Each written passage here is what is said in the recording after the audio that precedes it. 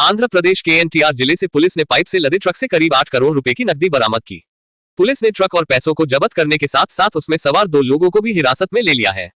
Police के मुताबिक नोटों का जखीरा एनटीआर जिले में गरिकापाडू चेकपोस्ट पर चेकिंग के दौरान पकड़ा गया।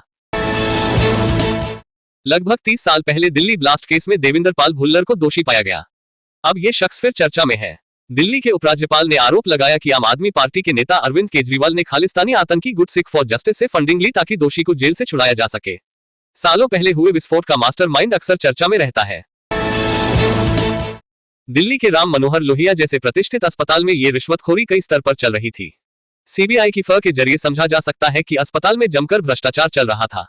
इसमें यह भी दावा किया गया कि क्लर्कों और नर्सों ने राज और चन्नप्पा गौड़ा को 20,000 रुपए का भुगतान नहीं करने पर एक गर्भवती महिला को बाहर निकालने की धमकी भी दी थी। तेलंगाना में चुनाव प्रचार के अंतिम दौर में पहुंचने के साथ ही जुबानी जंग शुरू हो गई है। बीजेपी नेता नवनीत राणा के बयान पर एआईएमआईएम चीफ असदुद्दीन ओवैसी ने पलटवार किया है। ओवैसी ने कहा कि 15 सेकंड की जगह उन्हें 1 घंटा दे दीजिए। ओवैसी ने इस मुद्दे पर पीएम मोदी से भी सवाल पूछा है। इस बार लोकसभा चुनाव में गांधी परिवार से कोई अमेठी सीट से उम्मीदवार नहीं बना है। कांग्रेस के इस फैसले को लेकर अमेठी के मतदाता क्या सोचते हैं? क्या अमेठी की सियासी लड़ाई में राहुल गांधी की गैर मौजूदगी कोई असर डालेगी?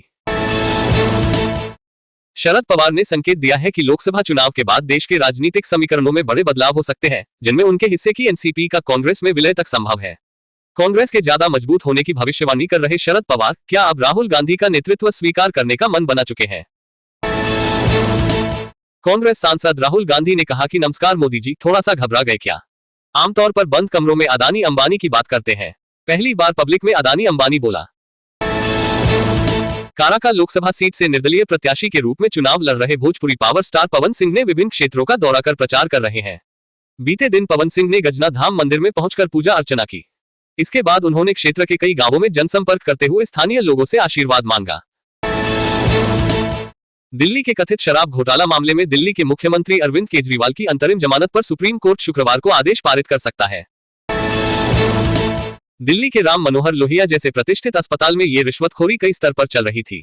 सीबीआई की फर के जरिए समझा जा सकता है कि अस्पताल में जमकर भ्रष्टाचार चल रहा था। इसमें यह भी दावा किया गया कि क्लर्कों और नर्सों ने राज और चन्नप्पा गौड़ा को 20,000 रुपए का भुगतान नहीं करने पर एक गर्भवती महिला को बाहर निकालने की धमकी भी दी थी।